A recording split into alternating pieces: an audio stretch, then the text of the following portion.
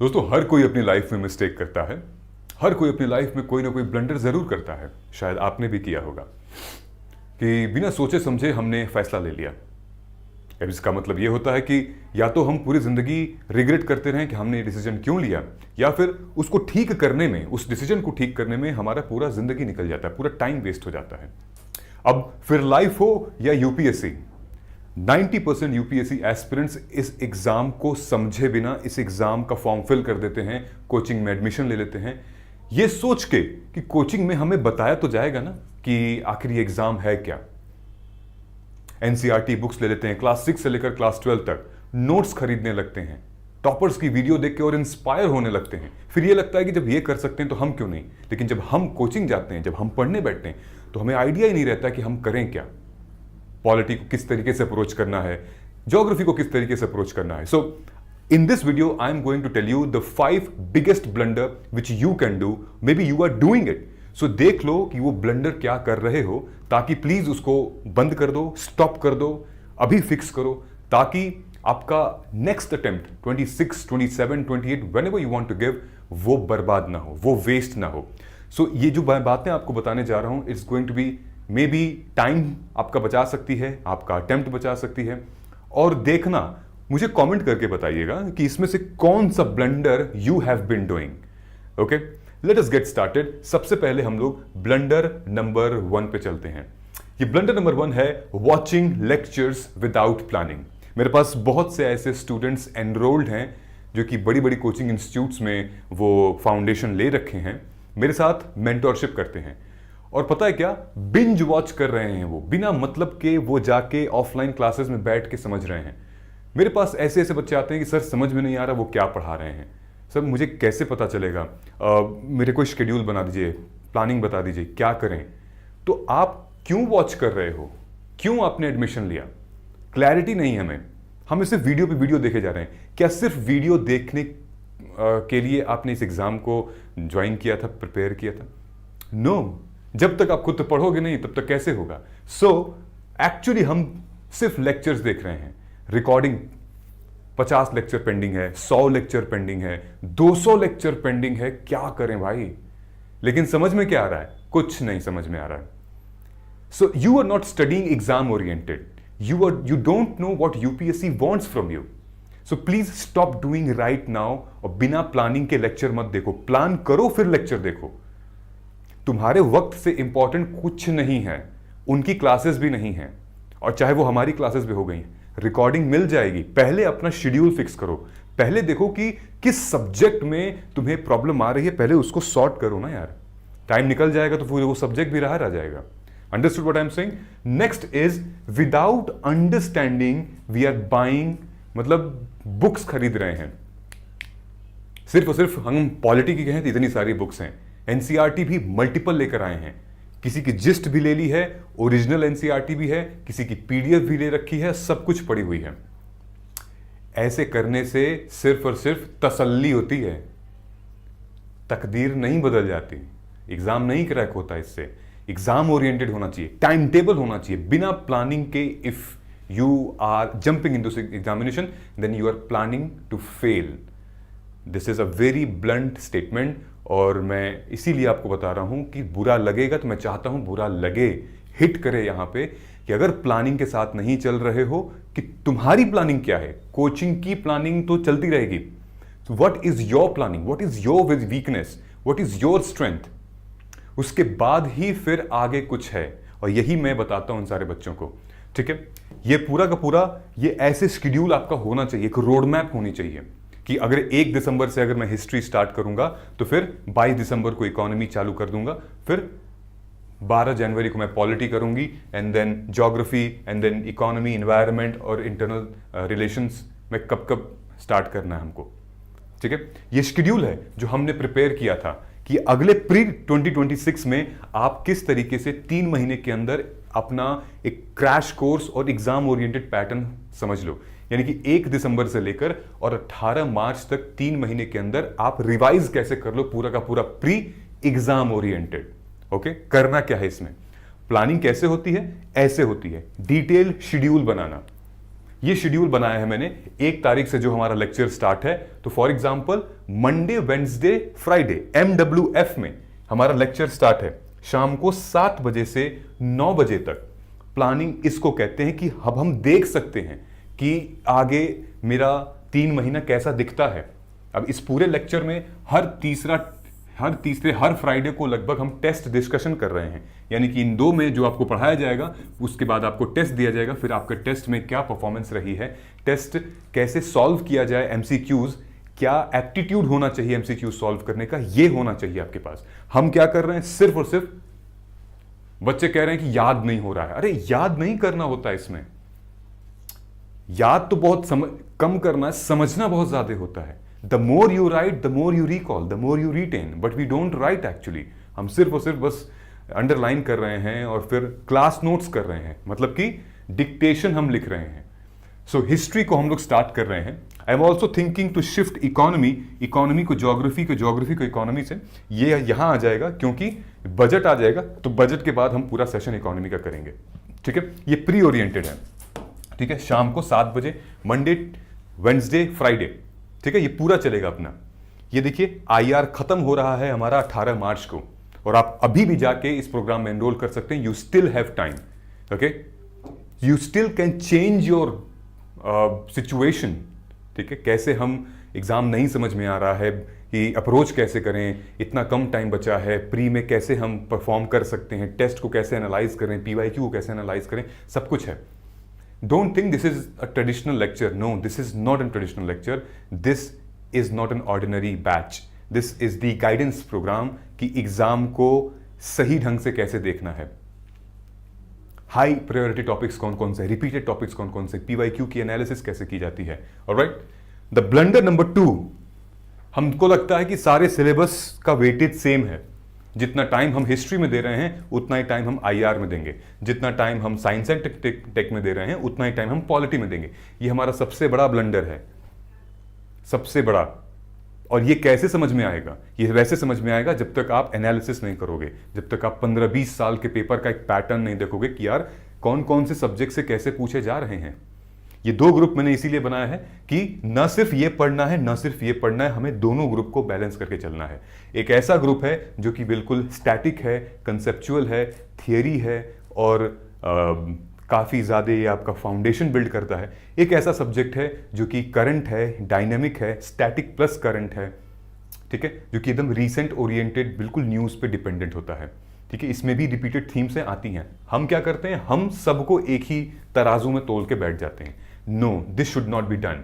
For example मैं आपको दिखा देता हूं, ये देखिए आपके स्क्रीन पे, ये पिछले 16 साल के क्वेश्चन का ट्रेंड है।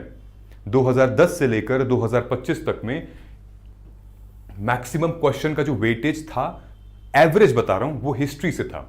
2010 से मैं बता रहा हूं। ठीक है, रिसेंट में हिस्ट्री का वेटेज कम हुआ है, लेकिन एवरेज में 15 क्वेश्चन।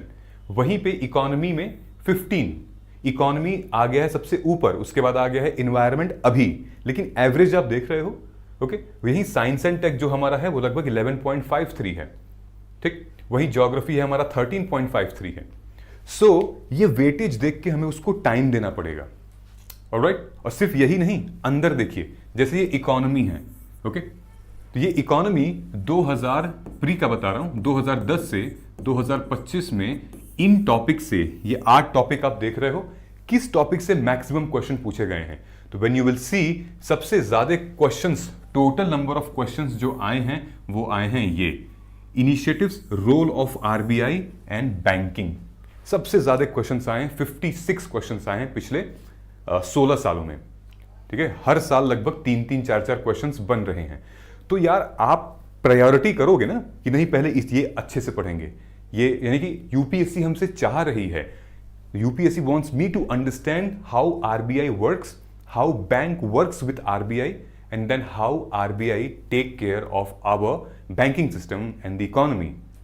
ये चाह रही है यूपीएससी आपसे पूछना, तो इसीलिए ज्यादा पूछ रहे हैं। फिर देखिए, trade and exchange rate management, कैसे ट्रेड हो रहा है, रेट्स का एक्सचेंज कैसे हो रहा है, नेशनल और इंटरनेशनल दोनों। ऑलराइट, देन उसके बाद ये है हमारा government budgeting and physical policy. आप वो एग्जामिनेशन की प्रिपेयर कर रहे हैं जहां पर पॉलिसीज क्रिएट होते हैं, जहां बजट एलोकेट होता है। तो अगर आपको इन चीज़ों के बारे में नहीं पता है तो आप कैसे सॉल्व करेंगे? ये होती है प्रायोरिटी, और ये हम नहीं करते, इसलिए हम ब्लंडर करते हैं। कमेंट करके बताइएगा कि अगर आप ये सब कर रहे हो तो अच्छा है, नहीं कर रहे हो then this is the blunder you are doing. Okay, now जो प्रोग्राम मैंने आपको बताया है वो 1 तारीख से स्टार्ट है, खत्म हो रहा है 18 मार्च को। 50 क्लासेस होंगी कुल मिला के। ओके, और 100 घंटे के अंदर, यानी कि 100-120 घंटे लगेंगे पूरा। ये वैलिडिटी है प्रीलिम्स तक, रिकॉर्डेड आप 1 साल तक देख सकते हो। लैंग्वेज आपकी इंग्लिश रहेगी, बोर्ड पे रहेगा इंग्लिश, पढ़ाएंगे हिंदी में। ठीक है, now this is blunder number 3, not taking previous year question seriously. मैंने एक और चैलेंज देखा है कि पीवाईक्यू और मॉक टेस्ट, ठीक है भाई, ये लोग बच्चे लगाते नहीं हैं। मैंने अक्सर सुना है डरते हैं लगाने से, क्योंकि उनको उनकी रियल प्रिपरेशन लेवल पता चल जाएगा। मॉक टेस्ट लगाने से डरते हैं, पीवाईक्यू को देखते हैं बस बैठ के, अच्छा इस साल में ये आया था, अच्छा ये साल में ये आया था, ये आया था। No, you have to interlink it. PYQ को तुम एमसीक्यू की तरह मत करो, और पीवाईक्यू से सिर्फ और सिर्फ पैटर्न डिकोड करो और इंटरलिंकेज करो। कैसे होगा? फॉर एग्जाम्पल मैं आपको बताता हूं, ठीक है, कैसे होगा। देखिए, एक सिंपल एग्जाम्पल मैं आपको बता रहा हूं कि क्वेश्चंस हूबहू कैसे रिपीट होते हैं। ये पॉलिटी का क्वेश्चन 2014 में, 2021 में, 2020 में, और अभी और दिखाऊंगा एग्जैक्ट सेम क्वेश्चन 2023 में रिपीट हुआ था। तो 2014 में जो क्वेश्चन आया था वो ये था कि कॉन्स्टिट्यूशनल गवर्नमेंट किसे कहते हैं। फिर 2020 में आया था कि कॉन्स्टिट्यूशनल गवर्नमेंट की डेफिनेशन क्या है। फिर आया है कि कॉन्स्टिट्यूशनल गवर्नमेंट 2021 में किसे कहते हैं। अब आप बताइए, why UPSC is asking every time, और हर टाइम पेपर अलग अलग लोग सेट करते हैं। Why are they giving you every time? Because they want you to understand कि कॉन्स्टिट्यूशनल गवर्नमेंट किसे कहते हैं, क्या होता है। तो आप कहेंगे कि ये लिमिटेड गवर्नमेंट, ठीक है, जहां पे चेक्स एंड बैलेंसेस हो, ठीक है, a government limited by the terms of the constitution. Unlimited power नहीं देता है कॉन्स्टिट्यूशन हमारे गवर्नमेंट को, ठीक। अब सेम क्वेश्चन ये भी आया था, सेम 2023 में। Chief purpose of the constitution of the country, it defines the limits in the power of the government. Okay, same question बस चेंज कर दिया गया है, which means UPSC wants you to understand limited government क्या होती है, constitutional government क्या होती है, रूल ऑफ लॉ क्या होता है, सेपरेशन ऑफ पावर क्या होता है, कॉन्स्टिट्यूशनलिज्म क्या होता है। ओके, ये तो सिर्फ एक टॉपिक था। सोचो, इतने सारे टॉपिक्स में से एक टॉपिक था छोटा सा जो कि रिपीटेड था। जिन बच्चों ने ऑलरेडी पीवाईक्यू एनालिसिस किया होगा, +2 मार्क्स, +2 फ्री के मिल रहे हैं, ठीक। रही बात सीसैट की, सीसैट में भी पीवाईक्यू एनालिसिस होता है, राइट। जैसे ये है हमारा लॉजिकल रीजनिंग का। तो आपके पास टेबल होना चाहिए 2015 से लेकर मान लो 2023 तक का टेबल हमने बनाया हुआ है। तो कैसे कैसे क्वेश्चंस कितने क्वांटिटी में किस साल आए हैं, ताकि आप हाई प्रायोरिटी टॉपिक निकालें, उनको पढ़ना शुरू करें। फॉर एग्जांपल ये देखिए, 50 question from the data arrangement and ranking, then 36 question 36 from the coding decoding. So why will you not try this? If you are not doing then this is your blunder, right. So do comment me कि are you doing this blunder? तो then stop it, ठीक है। For example, जैसे मैंने यहां पे list बनाई थी कि लॉजिकल रीजनिंग में कौन सा हाई प्रायोरिटी है, हाई प्रायोरिटी। जैसे कि ये जितने भी ये फ्लावर वाले हैं वो हाई प्रायोरिटी हैं, Venn diagram, number series, sequence series, direction sense test. Repeated किस पे आए हैं, यानी कि बार बार किस पे क्वेश्चंस पूछा गया है, इनके क्वेश्चन की क्वांटिटी ज्यादा थी, ठीक है। ये फ्लावर वाले की क्वेश्चन की क्वांटिटी ज्यादा थी, लेकिन जो रिपीटेड थीम है वो रिपीट हुए हैं, समझ रहे हो। एग्जैक्टली बस वर्डिंग चेंज है, जैसे कि clock and calendar, blood relation, ये सब रिपीट हुए हैं। ओके, पीवाईक्यू सिर्फ जीएस का नहीं करना है, पीवाईक्यू हमें इसका भी करना है। हम अपने स्टूडेंट से ऐसे पीवाईक्यू के एनालिसिस भी करवाते हैं।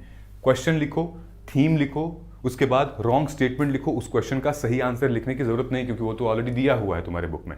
सही आंसर मत लिखो, क्वेश्चन रॉन्ग स्टेटमेंट लिखो, फिर देखो उसका राइट स्टेटमेंट क्या है और देखो कि कहां यूपीएससी आपको घुमा रहा है। जैसे पहला क्वेश्चन इन लोगों ने पूछा था, 26 November 1949 the constituent assembly of India set upon a drafting committee under the chairmanship of B R Ambedkar. क्या 26 नवंबर को किया था? नहीं, ये होगा 29 अगस्त 1947 को स्टार्ट किया था। डॉक्टर बी आर अम्बेडकर थे हमारे चेयरपर्सन। सब कुछ सेम है, डेट के साथ आपका ट्रैप खेल दिया। ओके, तो यहां पर आप देख सकते हैं क्या क्या हो रहा है। ये स्टूडेंट्स की ही कॉपी है, ठीक है, और हमने तो ये हम ऐसे बनवाते हैं, and this is how we do it in our.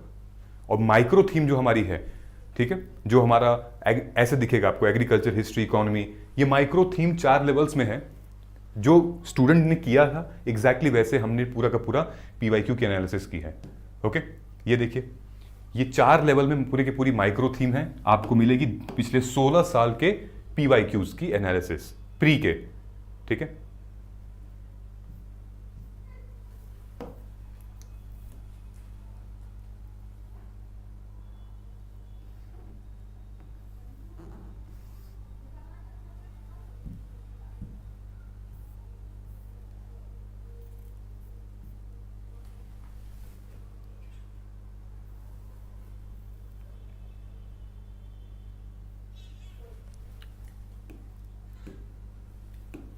हमने 4 लेवल में इस माइक्रो थीम को डिवाइड किया है। Level number 1, decoding the mind of UPSC, ठीक है। दूसरा है मैपिंग व्हाट यूपीएससी आस्क। दूसरे लेवल पे हमने यूपीएससी ने क्या पूछा है आपसे और क्या पूछ सकते हैं वो। और दूसरा, प्रेडिक्ट करना कि नेक्स्ट प्रीलिम्स में क्या आ सकता है अगर ये कोई, यानी कि थर्ड में जो इनके रॉन्ग स्टेटमेंट्स थे हमने उसको क्वेश्चन के रूप में बनाया और बताया कि क्या पूछ सकते हैं इससे। This is very very important level. और ये तो सबसे ज्यादा रेलेवेंट है, वो है थीम इवोल्यूशन ट्रैकर, यानी कि 2010 से लेकर 2025 तक, जो कि मैंने आपको दिखाया था, 25 तक एक पर्टिकुलर टॉपिक से कितनी बार क्वेश्चंस कैसे कैसे पूछा गया है। ओके, तो ये very very structured, exam oriented, इसको पढ़िए तो एटलीस्ट इसको आप 60% भी कर लेते हैं तो you will be go sail through, हो जाएगा आपका। लेकिन मेहनत है, ऐसा नहीं है। And this examination is not something like easily हो जाएगा, नहीं, मेहनत है, सेक्रीफाइस करना पड़ेगा। और ये तो श्योर शॉट है कि आपको मतलब नो बोलना आना चाहिए, ठीक है, कि नहीं मैं नहीं जाऊंगा, मैं बाहर नहीं जाऊंगा, इनके शादी में नहीं जाऊंगा, ये है वो है, ये सारी चीजें। Now the blunder number 4 talks about giving mock without strategy and planning. Okay, बस हम दे रहे हैं, हमें यह नहीं पता कि हम जिस सब्जेक्ट को कंप्लीट कर रहे हैं उसके बाद हम मॉक दें। मॉक देने से पहले और देने के बाद क्या करना चाहिए। मॉक देने से पहले हमें देखना है किस सब्जेक्ट का हम दे रहे हैं, उस सब्जेक्ट में एटलीस्ट हम प्रिपेयर हैं कि नहीं, थोड़ा बहुत पढ़ रखा है कि नहीं, या फिर आंख बंद करके दे रहे हैं, ठीक है। सो मॉक टेस्ट हमें बहुत ही सावधानी से देना है। This is very very important यहां पर, ठीक है। दूसरा, जब हम टेस्ट दे देते हैं, मॉक टेस्ट हमने लगा दिया है, तो उसके बाद हमें उसकी एनालिसिस करनी है, डीप एनालिसिस। और उस एनालिसिस में आप ये देखिए कि आपकी वीकनेस कहाँ पे है, किस टॉपिक में आप वीक हैं, कौन सा टॉपिक जो है वो आपका स्ट्रांग है और कौन से टॉपिक जो है वो आपका आपने लीव कर दिया है, छोड़ दिया है। मैंने आपको यहाँ पे एक स्क्रीनशॉट लगाया है, ये देखिए, ये प्री की एनालिसिस है। वैसे मैंने YouTube पे वीडियो भी ली थी कि मॉक टेस्ट को कैसे एनालाइज करें। ये प्री की एनालिसिस है, ये देखिए, सेक्शनल टेस्ट स्टूडेंट ने लगाया है, ठीक है। Out of total question is 51 यहां पर है, जिसमें से 24 करेक्ट है, 27 इनकरेक्ट है, ठीक है। तो ये टॉपिक है जो कि सही है उसका, ये सारे टॉपिक उसके सही है, ये सारे टॉपिक उसके गलत हैं, और ये सारे टॉपिक ये दिया हुआ है reason of wrong answer. Okay, देख रहे हो कितना माइक्रो इसने बनाया हुआ है। जैसे equality before law, article 79, finance bill, preamble, basic structure, governor, ये सब उसका गलत है, ठीक है। यानी कि टॉपिक्स ऑफ रॉन्ग क्वेश्चंस। अब ये पढ़ेगी जाके, वो डिटेल में समझेगी उसको, ठीक है, कहां पे मिस्टेक हो रही है। और ये टॉपिक पढ़ने की जरूरत नहीं है क्योंकि ये ऑलरेडी उसको पता है, तो क्यों इसमें वेस्ट करेगी अपना टाइम, ठीक है। This is how you should do the mock test का एनालिसिस। मॉक टेस्ट में सिर्फ और सिर्फ स्कोर देख के सैड नहीं हो जाना है, ये करना है ये पार्ट, ओके, कि मेरा जो सही है वो तो ठीक है, लेकिन जो गलत है वो क्या गलत है, क्यों गलत हुआ, रिवीजन नहीं था मेरा, या फिर हमने सिली मिस्टेक की हुई है, या हमारा सोर्सेज में ये चीज़ नहीं दी थी, तो उसको पकड़िए, रिवाइज करिए। इसको रिवीजन की जरूरत नहीं है क्योंकि ये तो सही है आपका, इसको रिवीजन की तो जरूरत ही नहीं है। रिवीजन की जरूरत यहां पर है। हम फिर से पढ़ने लगते हैं इसको। रिवीजन का मतलब फिर से पढ़ो, नो, टारगेटेड रिवीजन। ओके, और एमसीक्यूज के लिए ही हमने अपने पूरे प्रोग्राम में 4000 प्लस एमसीक्यूज रखे हुए हैं, विच मीन्स यहां एनसीईआरटी की है, एनसीईआरटी एमसीक्यूज, देन सेक्शनल, ठीक है। जैसे अगर क्लाइमेटोलॉजी है तो उसके लगभग 20 क्वेश्चंस होंगे, ओशनोग्राफी है तो 20-25 क्वेश्चंस अलग से होंगे, तो हर टॉपिक वाइज मैक्सिमम क्वेश्चंस आपको मिलेंगे।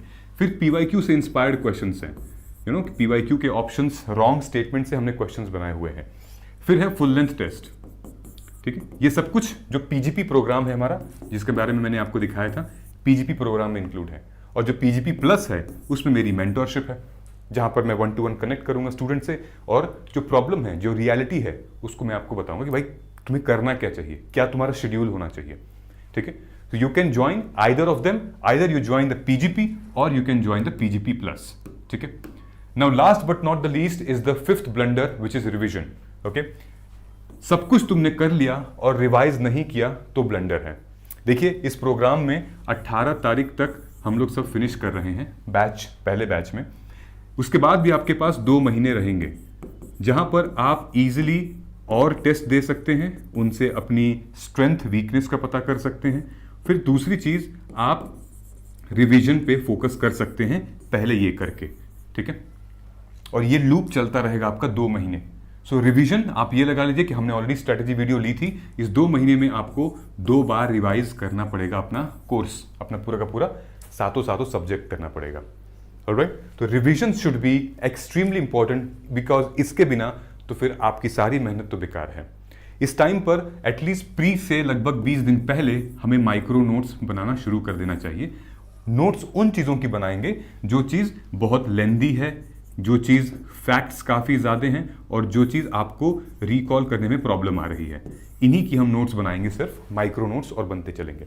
And if you are not doing this then, ठीक है। बहुत लोग रिवीजन को सिर्फ ये कर रहे थे, फिर से पढ़ो, फिर से पूरा पढ़ो। No, don't do this. हमें फिर से नहीं पढ़ना है, एक मॉक टेस्ट दे दो, ठीक है। मॉक टेस्ट दो, और इसके फिर से मैं बोल रहा हूं, मॉक टेस्ट के जो आंसर या रिजल्ट आएगा उसको अपने भाई मतलब दिल पे नहीं लेना है, एनालाइज करिए, देखिए, ठीक है। जैसे ये पूरा टाइम टेबल हमने क्रिएट किया हुआ है, हर एक दिन, हर तीसरे दिन पे मॉक टेस्ट है, हर फ्राइडे को लगभग मॉक टेस्ट है, ठीक है। हर फ्राइडे को हमने मॉक टेस्ट किया हुआ है, सेक्शनल टेस्ट। आई बात समझ में?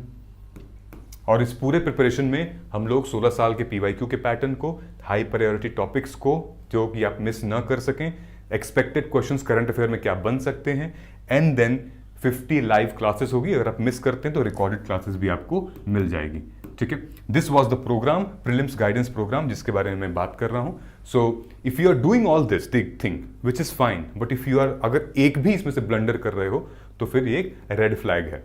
ये दोनों प्रोग्राम हैं, पीजीपी और पीजीपी प्लस, दोनों में आप देख सकते हैं कि क्या डिफरेंसेस हैं, क्या चैलेंजेस हैं, ठीक है। कि पीजीपी में आपको क्या मिल रहा है, पीजीपी प्लस में आपको क्या मिल रहा है। और पीजीपी में सिर्फ मेंटोरशिप नहीं है, बाकी सब कुछ है, CSAT, current affairs and everything, current affair की क्लासेस भी हैं।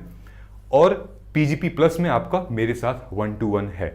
ओके, आप जाइए, नीचे कमेंट सेक्शन में गूगल फॉर्म दिया है, 1-to-1 मेंटोरशिप का भी फिल कर सकते हैं। डायरेक्ट मोबाइल ऐप से भी हमारे प्रोग्राम को ज्वाइन कर सकते हैं। इंस्टॉल कीजिए हमारा मोबाइल ऐप डायरेक्टली, और आप यूज कर सकते हैं पीजीपी,